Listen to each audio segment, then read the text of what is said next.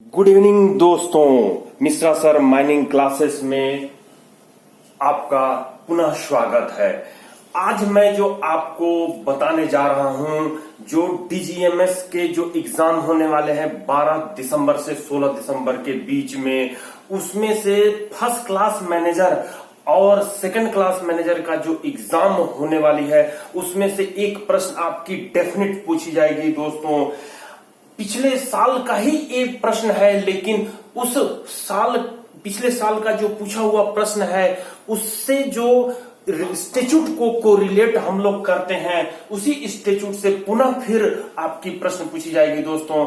जैसा कि यहाँ पर आपके सामने क्वेश्चन नंबर 7 दिखाई दे रहा होगा दोस्तों। क्वेश्चन नंबर 7 को पढ़ लेते हैं, क्योंकि क्वेश्चन नंबर 6 तक का जो वीडियो था फर्स्ट क्लास मैनेजर पोल अनरिस्ट्रिक्टेड लेजिस्लेशन का, उसको मैं वीडियो अपलोड कर चुका था। तो क्वेश्चन नंबर 7 जो है मैं पढ़ता हूं दोस्तों। Powers of central government to make regulation specified under section blank of Mines Act 1952।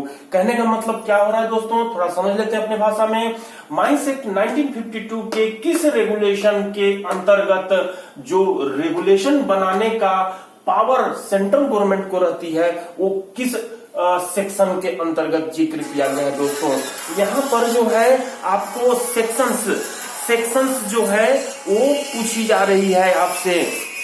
Sections आपको बताना, कहने का मतलब कि स्टेच्यूट का जो सेक्शंस है, माइंस एक्ट के सेक्शंस हैं, या फिर माइंस रूल 1985 के कुछ इंपोर्टेंट रूल हैं, या फिर जो है जो कोल माइंस रेगुलेशन 2017 है उसके कुछ इंपोर्टेंट रेगुलेशंस हैं, उनके नंबर को भी याद रखना है दोस्तों। ये प्रश्न बता रहा है कि सीबीटी टेस्ट जब से चालू हुई है उसमें उसके नंबर भी आपको ध्यान में रखना है दोस्तों। तो यहाँ पर जो माइंस एक्ट का 1952 का सेक्शन 57 के तहत पावर्स है सेंट्रल गवर्नमेंट को रेगुलेशन बनाने का, और ये जो बी नंबर में दिया है 58 दोस्तों, ये रूल्स बनाने का पावर है सेंट्रल गवर्नमेंट को। तो यहाँ पर जो ऑप्शन ए होगी, option A is the right answer दोस्तों। ये बात आपको ध्यान रखते हुए आगे बढ़नी है। क्वेश्चन नंबर 8 पर आते हैं दोस्तों। क्वेश्चन नंबर 8 चलिए पढ़ते हैं। कहता है person who is responsible to send notice of abandonment to CIM copies of up to date plan and section of mine. Option A ABC, option B manager, option C owner, option D agent, option E A and B। दोस्तों question 8 का meaning समझ लेते हैं अपने शब्दों में। यहां पर कहता है कि वो व्यक्ति कौन है जो रिस्पॉन्सिबल होते हैं नोटिस ऑफ अबैंडोनमेंट को भेजने के लिए, किसके पास? CIM के पास। वो कौन से व्यक्ति हैं जो CIM के पास नोटिस को भेजने के लिए रिस्पॉन्सिबल होते हैं? कौन सी नोटिस को? नोटिस ऑफ अबैंडोनमेंट को, जिसके साथ हम अप टू डेट प्लान और सेक्शन भी माइन का भेजते हैं। तो यहां पर दोस्तों तुरंत आपकी दिमाग जाएगी कोल माइंस रेगुलेशन CAMR 2017 का जो रेगुलेशन है वो 5 नंबर। इसमें जो आपकी पहली लाइन, इस रेगुलेशन के जो सभी की वर्ड और की नंबर है दोस्तों, वो आपको याद रखना पड़ेगा। की वर्ड और की नंबर। तो इस रेगुलेशन को समझने के लिए यहां पर इसकी हेडिंग जो बोलती है, हेडिंग जो कहता है वो क्या है? हेडिंग को मैं यहां लिख लेता हूं, नोटिस ऑफ अबैंडोनमेंट, क्लोजर और डिसकंटिन्यूएंस। ये पूरी है दोस्तों। यहां पर आपको मैं इस क्लास के लिए, इस वीडियो के लिए, आप नोटिस ऑफ अबैंडोनमेंट को स्मॉल a से दर्शाइए, क्लोजर को C से दर्शाइए, और डिसकंटिन्यूएंस को जो है आप D से दर्शाइए। जब भी ये मैं इस क्लास में, इस वीडियो में ACD की बात कर रहा हूं, तो ये स्मॉल लेटर के जो ACD हैं, ये आपको इंगित करेंगे। तो यहां पर जो इसकी एबेंडोनमेंट की तात्पर्य जो मीनिंग है उसको समझना होगा दोस्तों कि एबेंडोनमेंट होता क्या है।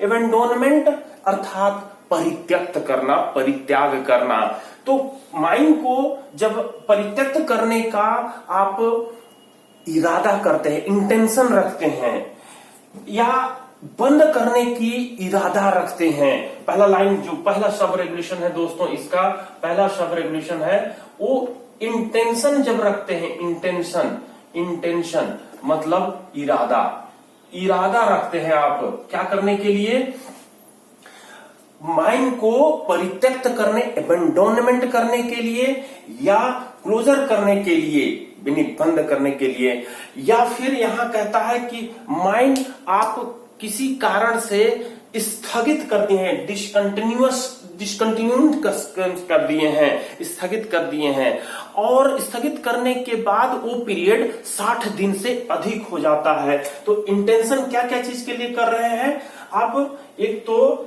ए के लिए कर रहे हैं, एबेंडोनमेंट के लिए कर रहे हैं, दूसरा क्लोजर के लिए कर रहे हैं, और डिसकंटिन्यूअस जो कर रहे हैं आप, डिस्टेंस कर दिए हैं, और ये डिसकंटिन्यूअस कितने दिन से अधिक दिन के लिए हो जा रहा है, ये 60 दिन से अधिक हो जा रहा है। अधिक दिनों के लिए आप ये डिसकंटिन्यूअस करने का इरादा कर रहे हैं, प्लान कर रहे हैं, अपने मन में ये आप सोच रहे हैं। तो ऐसे स्थिति में जो आप नोटिस दीजिएगा, किसको, सीआईएम को नोटिस किसको देना है, किसको देना है, किसको देना है, किसको देना है नोटिस, ओ सीआईएम, आरआईएम और डीएम, ये तीन को नोटिस देना है। कौन से फॉर्म में देना है, फॉर्म कौन सा देना है, तो फॉर्म 1C में जो है हम लोग ए और सी के लिए देते हैं। 1C में, ये कैपिटल लेटर का सी समझिएगा दोस्तों, तो यहां पर मेरी शब्द है ए और सी के लिए, यानी एबेंडोनमेंट और क्लोजर के लिए देना होगा। और फॉर्म जो 1D है वो डिसकंटिन्यूअंस के लिए दिया जाता है, डिसकंटिन्यूअंस के लिए दिया जाता है। ये लेटर आपको समझना होगा दोस्तों, वर्ड बड़ी है इसलिए मैं शॉर्ट लेटर में आपको समझाने का प्रयास कर रहा हूं, यहाँ लिखने के लिए जगह कम है, तो वो जो है आपको ध्यान में रखनी होगी। D for discontinuance, A for abandonment, C for closure. तो फॉर्म 1C में जो है एबेंडोनमेंट और क्लोजर के लिए दिया जाता है, फॉर्म 1D में जो डिसकंटिन्यूअंस आप स्थगित करते हैं उसके लिए दिया जाता है।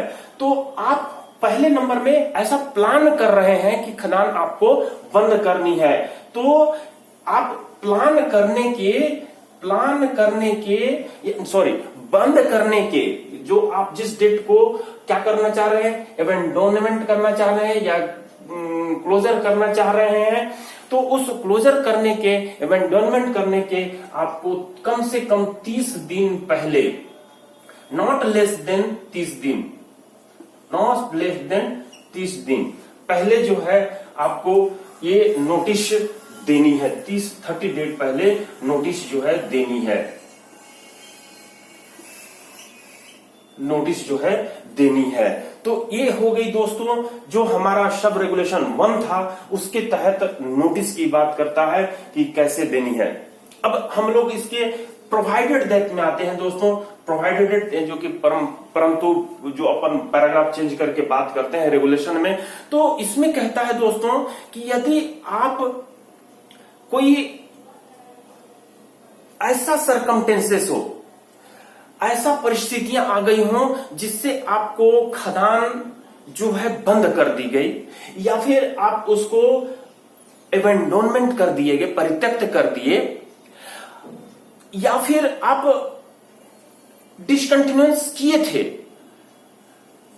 स्थगित किए थे, और वो पीरियड जो बढ़ करके 60 दिन से अधिक हो गया, आप ये कोई ऐसी सी परिस्थिति आ गई, फायर हो गई या फिर बाढ़ आ गया, ऐसी कोई परिस्थिति आ गई जिससे आप जो है वो माइंड को आप क्या कर दिए, एबेंडोन कर दिए, क्लोज कर दिए, या आप स्थगित किए थे लेकिन वो 60 दिन से पीरियड अधिक हो गई।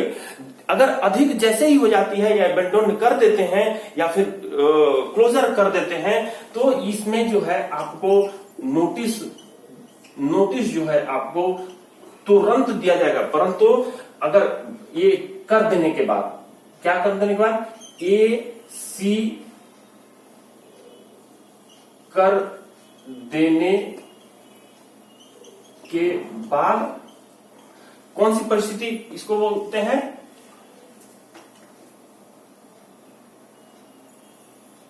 अनफोर्सिन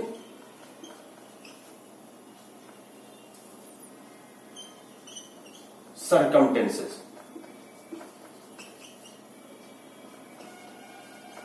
अनफोर्सिन सर्कमटेंसेस के कारण यदि आप खाने को एबंडन कर देते हैं, क्लोजर कर देते हैं, तो ऐसी स्थिति में जो आप नोटिस दीजिएगा वो 4th वीक दीजिएगा दोस्तों। 4th वीक मतलब कि आपको तुरंत देना होगा। जैसे ही बंद कर देते हैं, आप क्लोज कर देते हैं या डिसकंटिन्यू करने के 60 डिसकंटिन्यू कर दिए हैं, बंद स्थगित किए थे और स्थगित करने के दिन 60 दिन से अधिक हो जाता है, तो ऐसी स्थिति में आपको तुरंत जो है 4th वीक आपको नोटिस देनी है दोस्तों।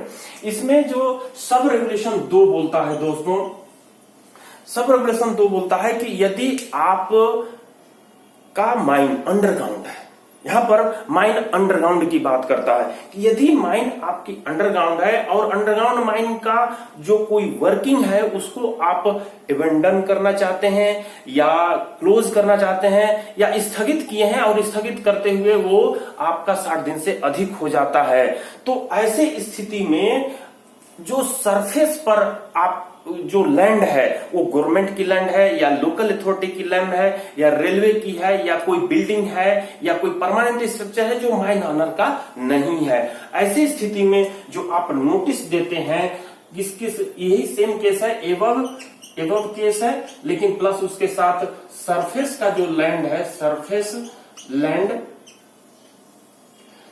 लैंड जो है वो किसका है, सरफेस लैंड जो है वो गवर्नमेंट का है, लोकल अथॉरिटी का है, रेलवे है,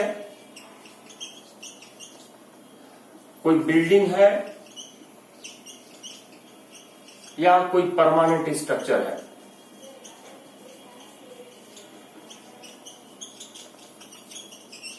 कोई परमानेंट स्ट्रक्चर है, तो ऐसी स्थिति में जो आप नोटिस दीजिएगा वो CIM एंड RIM, CIM और RIM को नोटिस दीजिएगा।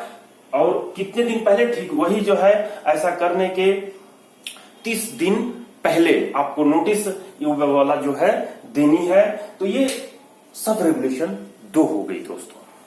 अब हम लोग सब रेगुलेशन 3 की बात करते हैं। सब रेगुलेशन 3 में कहता है कि यदि आपने जो प्लान किया था कि हमको माइन को एबेंडन करना है, क्लोज करना है या स्थगित किए थे और वो स्थगित करने के 60 दिन पूरे हो जाते हैं, तो और प्लान किए और आप जो है ठीक बंद कर दिए उसको 30 दिन बाद, या फिर जो है आप एबेंडन कर दिए या वो जो डिसकंटिन्यू किए थे वो 60 दिन से ऊपर हो जाता है, और ऐसी स्थिति में आपको बंद करने और जो एबेंडन करते हैं उसके 7 दिन बंद कर दिए हैं, काम बंद करने का पूरी हो गई है, एबेंडन करने का पूरी हो गई, तो उसके 7 दिन के अंदर आपको जो नेक्स्ट पॉइंट है तीसरा नंबर, वो कहता है विदिन 7 डेज, विदिन 7 डेज। तो 7 दिन के अंदर बंद करने के या एबेंडन करने के 7 दिन के अंदर आपको नोटिस फिर से CIM और RIM और DM के पास भेजनी है। CIM, RIM और DM के पास वही नोटिस भेजनी है कि हमने खदान को बंद कर दिया है या एबेंडन कर दिया है, या हम जो डिसकंटिन्यू किए थे वो 60 दिन से अधिक हो गई और हम ये उसको डिसकंटिन्यू किए हुए हैं लगातार। ये नोटिस आपको 7 दिन के अंदर ऐसा करने के बाद भेजनी है दोस्तों।